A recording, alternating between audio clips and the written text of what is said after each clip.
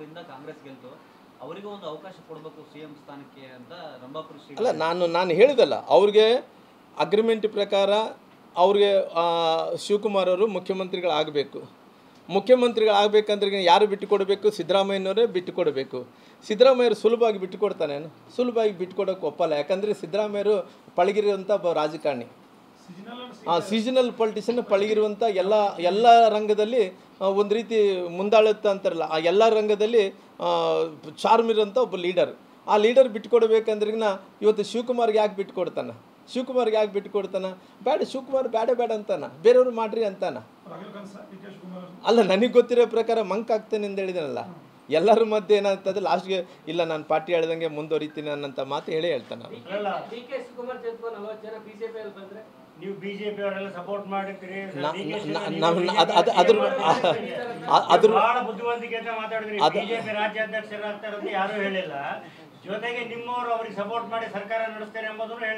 ಅದು ನೋಡೋಣ ಮುಂದಕ್ಕೆ ಏನಾಗುತ್ತೇನೋ.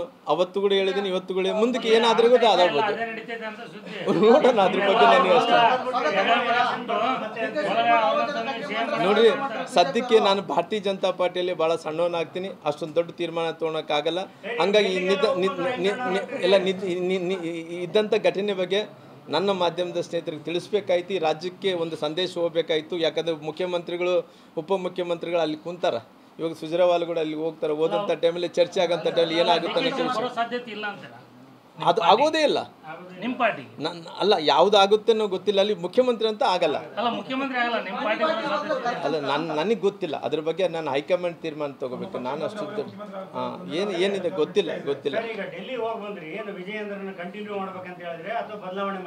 ನೋಡ್ರಿ, ನಾನು ಮುಂಚೆಯಿಂದ ಕೂಡ ಭಾಳ ಸ್ಪಷ್ಟೀಕರಣದಿಂದ ನಾನು ಮಾತಾಡ್ತಾ ಇದ್ದೀನಿ. ಇವತ್ತು ಭಾರತೀಯ ಜನತಾ ಪಾರ್ಟಿಯಲ್ಲಿ ಅಧ್ಯಕ್ಷರಾದಂಥ ವಿಜೇಂದ್ರ ಅವ್ರನ್ನ ಆಲ್ರೆಡಿ ಅವ್ರ ಅಧ್ಯಕ್ಷರಿರೋ ಕಾರಣ ಮುಂದೆ ಅವಕಾಶಗಳು ಯಾರಿಗೆ ಅವಕಾಶಗಳು ಇಲ್ಲ. ಯಾವತ್ತು ಅವಕಾಶಗಳು ಸಿಗ್ತಾವೆ, ಬದಲಾವಣೆ ಆಗಬೇಕು, ಇಲ್ಲಿದ್ರೆ ಅವ್ರನ್ನ ತೆಗಿಬೇಕಂತ ಟೈಮಲ್ಲಿ 3 ವರ್ಷಗಳಾದ ನಂತರನೇ ಅವಕಾಶ ಸಿಗಿದೆ. ಇನ್ನೊಂದು 1.5 ವರ್ಷಗಳ ಅವಧಿ ಇದೆ. ಅವರೇ ಮುಂದುವರಿತಾರೆ. ಮುಂದಕ್ಕೆ ಯಾರನ್ನ ಬದಲಾವಣೆ ಮಾಡಬೇಕಂದ್ರೆ ಮುಂದಕ್ಕೆ ಬದಲಾವಣೆ ಮಾಡೋಂಥ ಅವಕಾಶಗಳು ಸಿಗ್ತಾವಾಗಲಿ. ಇವು ಸದ್ಯಕ್ಕಂತೂ ನಮ್ಮ ಪಕ್ಷದ ಅಧ್ಯಕ್ಷರು ಸ್ಥಾನ ಖಾಲಿ ಇಲ್ಲ.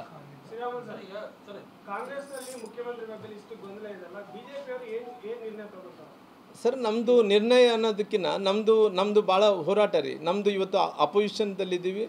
ಎಲ್ಲ ವಿಚಾರದಲ್ಲಿ ಹೋರಾಟ ಮಾಡೋಂಥ ಕೆಲಸ ಮಾಡ್ತಾಯಿದ್ವಿ. ಹಂಗಾಗಿ ಇವತ್ತು ಹೋರಾಟ ಮಾಡೋದ್ರ ಮೂಲಕ ಈ ನಾಡಿನ ಜನರನ್ನ ಗಮನ ಸೆಳೆಯುವಂಥ ಕೆಲಸ ಮಾಡ್ತೀವಿ. ಈ ಗಮನ ಸೆಳೆದು ಮುಂದಕ್ಕೆ ನಮ್ಮ ಜೊತೆಲಿ ಬರ್ಸ್ಕೊಳ್ಳೋಂಥ ಕೆಲಸ ನಾವು ಮಾಡ್ತೀವಿ. ಏನ್ರಿ? ಅಲ್ಲ, ನಮ್ಮ ಸರ್ಕಾರ ಬೀಳಿಸೋದಕ್ಕೆ ನಾವ್ಯಾರ್ರಿ?